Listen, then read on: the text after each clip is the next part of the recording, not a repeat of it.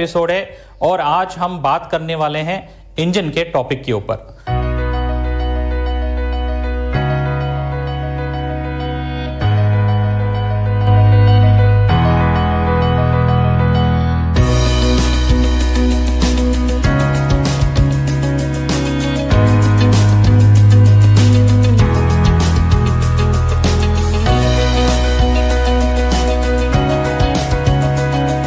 तो पहले हम जान लें कि जब ट्रैक्टर आप देखने जाते हो या खरीदने का सोचते हो तो खाली बाहर की टेक्नोलॉजी, बाहर कैसे दिखता है, बाहर क्या फीचर है, वही आपको जानने को मिलता है। मगर इस एस्कॉर्ट टेक्नोलॉजी सीरीज के अंदर आप बाहर ही नहीं, ट्रैक्टर के अंदर जो टेक्नोलॉजी उपलब्ध है उनकी बारीकी से जानकारी भी आपको मिलेगा।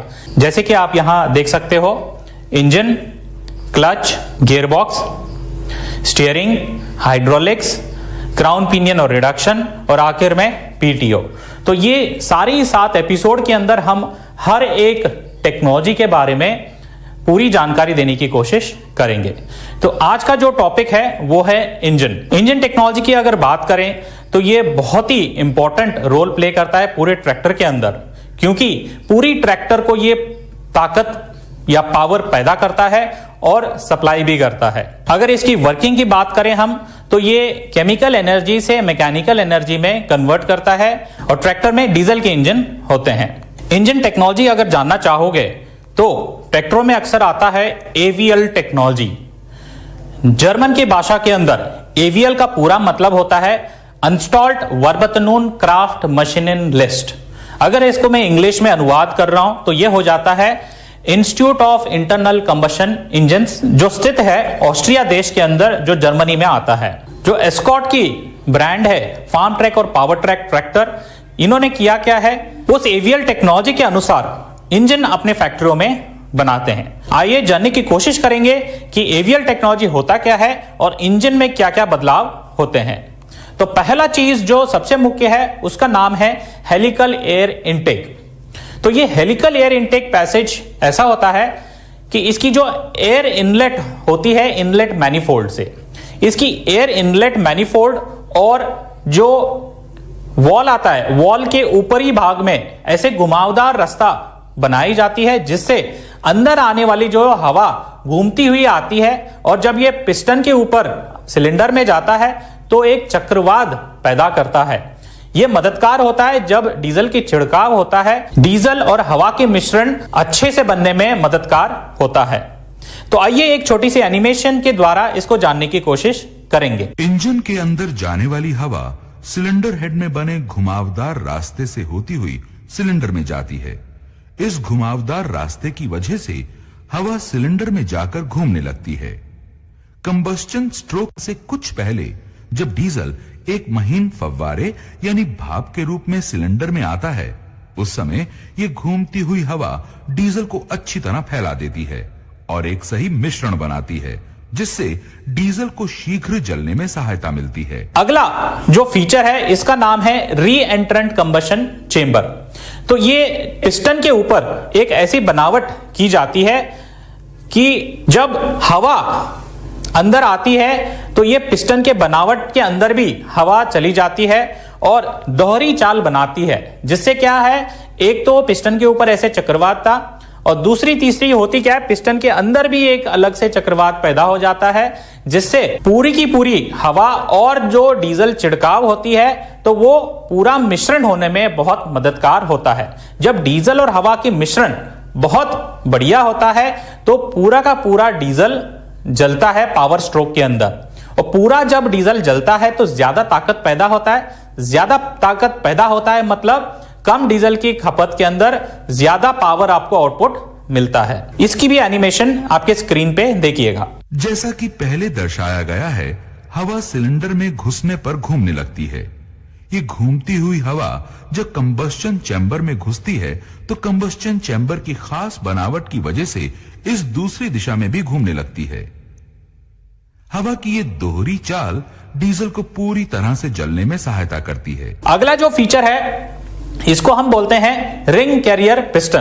पूरा पिस्टन जो है होमोजेनियस मिक्सचर से बनता है, मगर रिंग कैरियर पिस्टन का खास बनावट ढलान के समय बनाई जाती है कि इसका जो पहला जो कंप्रेशन रिंग यहां आप देख सकते हो, हल्का सा इसका रंग भी अलग दिख रहा है।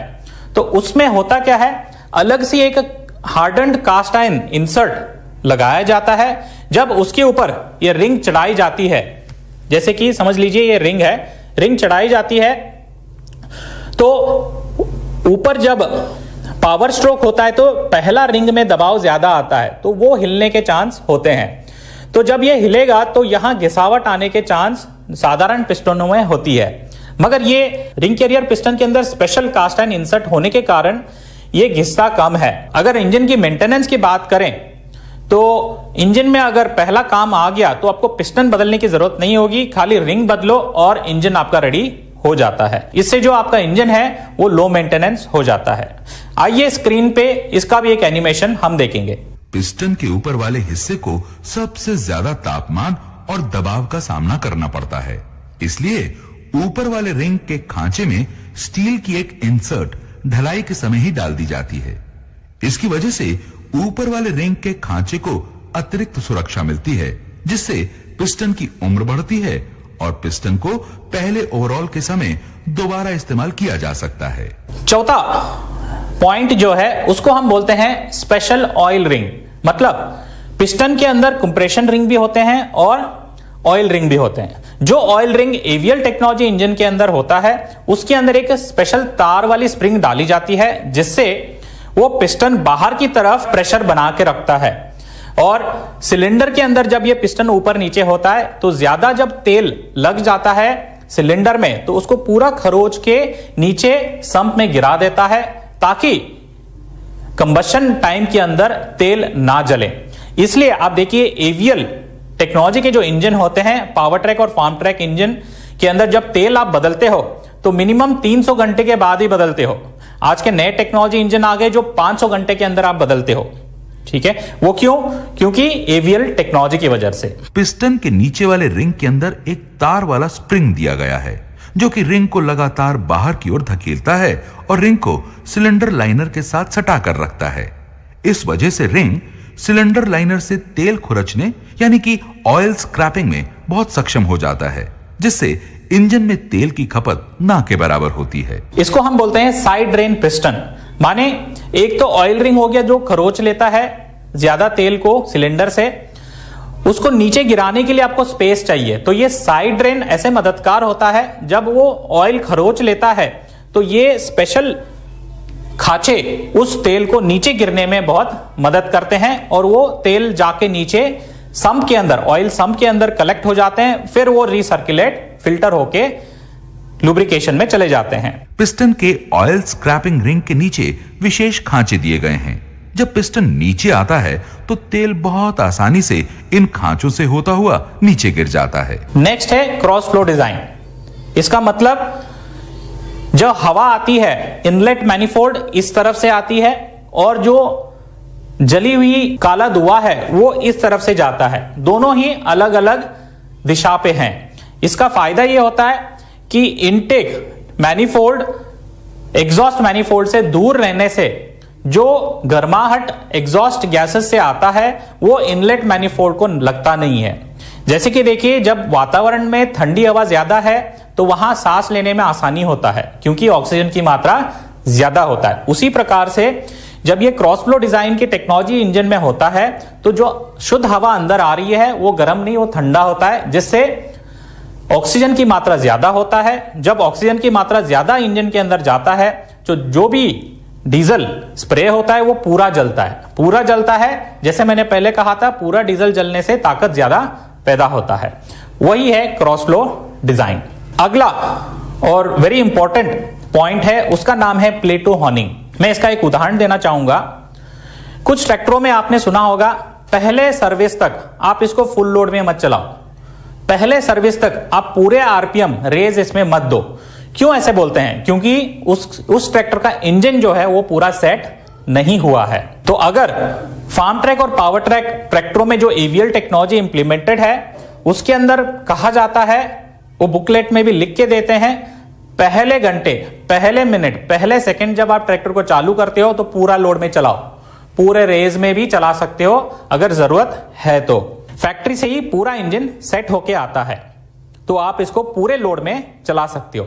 इसका फायदा ये कि आपको पहले सर्विस तक लोड डालने के लिए वेट नहीं करना पड़ेगा। और दूसरी चीज, अगर दूसरे ट्रैक्टरों में अगर आपने ज्यादा लोड भी डाल दिया तो इंजन सही सेट नहीं होगा, जिसकी वजह से शायद आने वाले समय में डीजल की खपत ज्यादा लगता होगा, पावर जितना आपने सोचा था उतना पैदा नहीं कर पा रहा होगा। तो एवीएल इंजनों में ये दिक्कतें नहीं आती है। अगर हम बात करें नेक्स्ट पॉइंट की, वो है graphite coated piston. Graphite coated, ये ग्राफाइट है क्या, इसको जानने की कोशिश करेंगे। ये देखिए, ग्राफाइट ये प्योरेस्ट फॉर्म ऑफ कार्बन है जो पिस्टन के स्कर्ट के ऊपर पूरा ही ढलान के समय एक लेयर कोट की जाती है, ताकि जब भी इंजन हैवी ड्यूटी काम आप करते हो, हैवी लोड में चलाते हो, तो पिस्टन गर्म होने के संभावना होते हैं। जब ग्राफाइट की कोटेड पिस्टन होती है तो वो गर्म जल्दी नहीं होता, क्योंकि वो हीट रेजिस्टेंस हो जाता है। तो इसका फायदा यह है कि जो पिस्टन कितने भी प्रेशर में, कितने भी लोड में चलाओ, वो अपना आकार जो बनाया हुआ है वो बिगड़ता नहीं है, इंजन को ज्यादा घिसने से बचाता है। तो आखिर में 3 और फीचर मैं बताना चाहूंगा। यह है inlet valve. AVL technology engine के अंदर जो वॉल होते हैं वो बड़े बड़े इस्तेमाल किए गए हैं, इनलेट और आउटलेट दोनों के लिए। इसका फायदा यह है कि शुद्ध हवा जब इनटेक में होता है तो ज्यादा हवा अंदर ले लेता है, और ज्यादा हवा अंदर लेने से ऑक्सीजन की मात्रा ज्यादा होता है, और डीजल जब जलता है तो पूरा ही जलता है और ज्यादा ताकत पैदा होता है। जो एग्जॉस्ट वॉल है उसको भी हमने बढ़ा दिया हुआ है एवीएल टेक्नोलॉजी के अंदर। इसका फायदा यह है, जब एग्जॉस्ट स्ट्रोक होता है तो काला धुआं बाहर निकलने की कोशिश करेगा। जब वॉल बड़ा होता है तो ऑटोमेटिकली सारा का सारा जो एग्जॉस्ट गैसेस है वो बाहर आसानी से निकल जाता है, और नेक्स्ट इनटेक शुद्ध हवा आने के लिए जगह बनाए रखता है। एवीएल टेक्नोलॉजी के अंदर FIP पंप या फ्यूल इंजेक्शन पंप जो इस्तेमाल होता है वो होता है हाई प्रेशर पंप। साथ ही साथ इसमें high pressure P type injectors इस्तेमाल होते हैं, दोनों कॉम्बिनेशन के अंदर माइको बॉश का।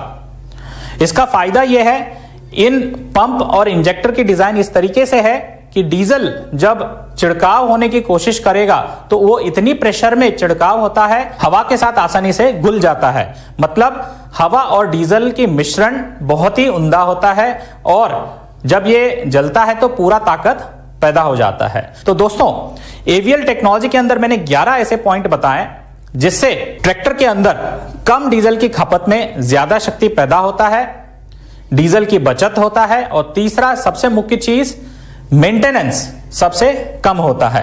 तो आपके मन में एक सवाल उठ रहा होगा, एवीएल टेक्नोलॉजी तो हमने जान लिया, मगर ये DI टेक्नोलॉजी क्या है, ADI टेक्नोलॉजी क्या है? जब ट्रैक्टर खरीदने जाते हैं तो ये कहा जाता है ये DI इंजन है, ये ADI इंजन है, इनमें फर्क क्या है? तो इस सवाल का जवाब है, DI का मतलब है डायरेक्ट इंजेक्शन इंजन, और ADI का मतलब है एडवांस डायरेक्ट इंजेक्शन का इंजन। तो DI से भी ADI जो होता है वो एडवांस्ड होता है। कैसे, आइए जानते हैं। ADI engine equal to full AVL technology engine.